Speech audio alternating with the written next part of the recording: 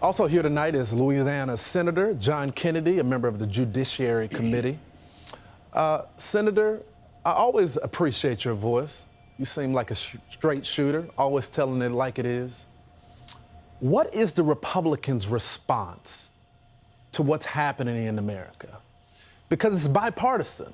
When you have your colleague, Senator Tim Scott, saying his experience, I'm worried that America's cities will burn if Republicans don't show up to this battle.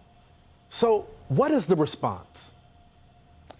Well, Lawrence, here's my response. I listened to your monologue. I thought it was very thoughtful and thought-provoking.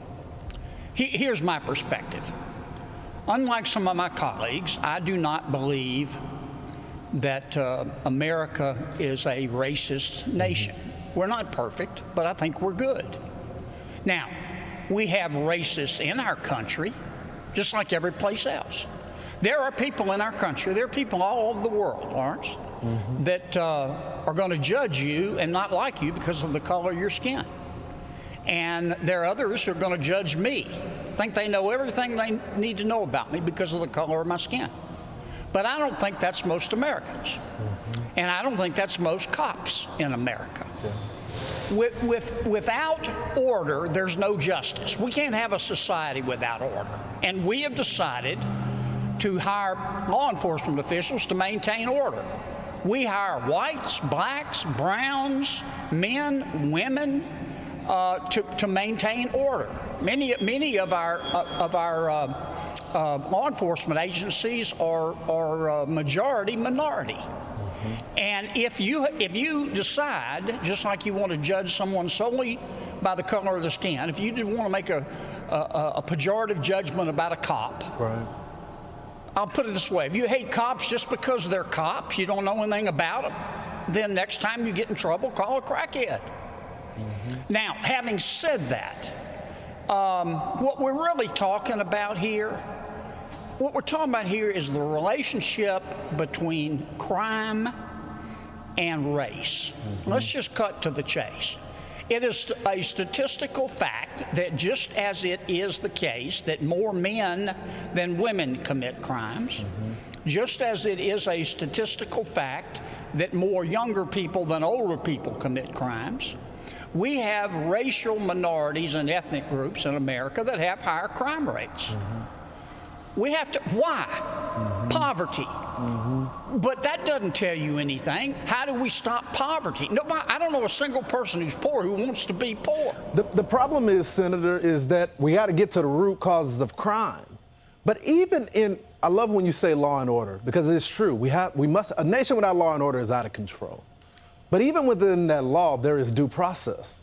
Due process for the people that commit those crimes, and due process for the law enforcement officers that had to confront those folks. Well, that's true. So it is one thing to confront the crime, which we have to do as Americans. I support the law enforcement officers that do that. But when you show up to the scene of a crime and the citizens of this country has given you that responsibility and you have a bad shoot, there has to be a process to deal with it, which we have a legal process, but Republicans have not responded to that. Well, which leaves a void. It can't just be there's crime in America. Crime is always going to exist. Yeah, we got to deal with that. Let me give you two things we can do to reduce the crime rate among all demographic groups, but especially among African American youth. Number one, we're sending too many of our young people to schools that are failure factories. Let me tell you, if I were king for a day, here's what I would do.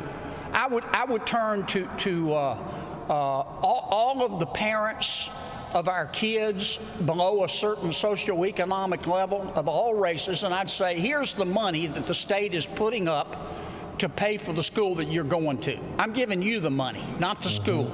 Use it anywhere you want to. If you want to go to a charter school, go. If you want to go to a private school, here's the money.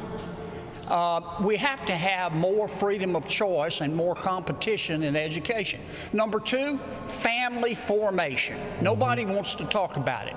I'm not saying a single parent can't be a good mom or dad, but a child who grows up in a single parent family is 6 times more likely to grow up in poverty than a child that grows up in a 2-parent family. Yeah. And that is just a fact. And we've got to start talking about it. Well, you know, Senator, I have been vocal. I've been fighting for school choice my entire career and reforms in the system. So I support you on that.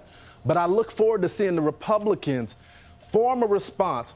Tim Scott had a bill there, but that is a federal bill.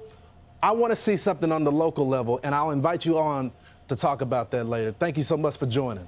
Thank you, Lawrence.